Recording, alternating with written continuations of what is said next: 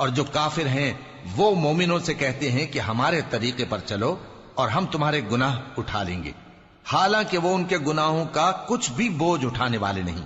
کچھ شک نہیں کہ یہ جھوٹے ہیں، اور یہ اپنے بوجھ بھی اٹھائیں گے اور اپنے بوجھوں کے ساتھ اور لوگوں کے بوجھ بھی۔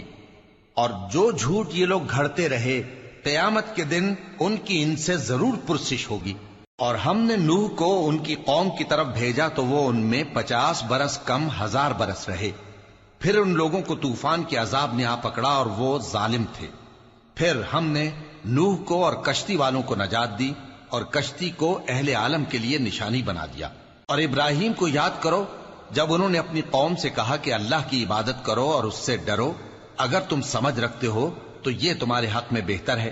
تم تو اللہ کو چھوڑ کر بتوں کو پوجتے اور جھوٹی باتیں بناتے ہو۔